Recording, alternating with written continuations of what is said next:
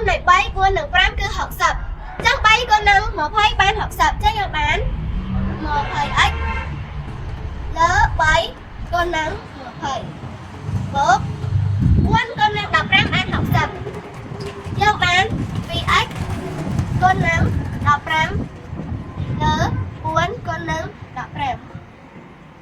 5 គុណនឹង 12 បាន 60 យើងបាន 3x គុណនឹង 12 លើ 5 គុណនឹង 12 ស្មើចឹង 1 គុណនឹង 60 បាន 60 យើងបាន 60 លើ 60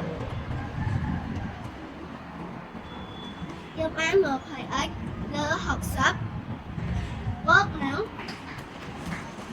2x គុណនឹង 15 ស្មើនឹង 2 5 ដង 10 សេលេខ 0 ត្រាទុក 1 2 ម្ដង 2 2 បូក 1 3 30x លើ 60 ដកនឹង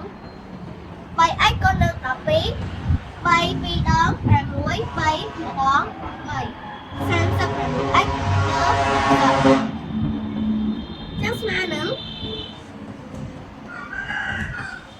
60 លើ 60 ចឹងអង្គទី 1 និងអង្គទី 2 មានភាពបែកដូចគ្នាយើងត្រូវលុបភាពបែកចោលចឹងនៅសល់តែភាពយកយើងបាន 20x បូកនឹង 30x ដក 36x ស្មើនឹង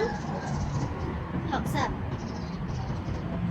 20x បូក 30x ដក 36x ស្មើនឹង 11x ស្មើនឹង 60 ចឹង x ស្មើនឹង 60 ចែកនឹង 14 នាំឲ្យ x ចឹង 60 ចែកនឹង 14 នៅដាច់ទេយើងត្រូវសម្រួលចឹង 60 សម្រួលនឹង 2 បាន 30 ហើយ 14 សម្រួលនឹង 2 បាន 7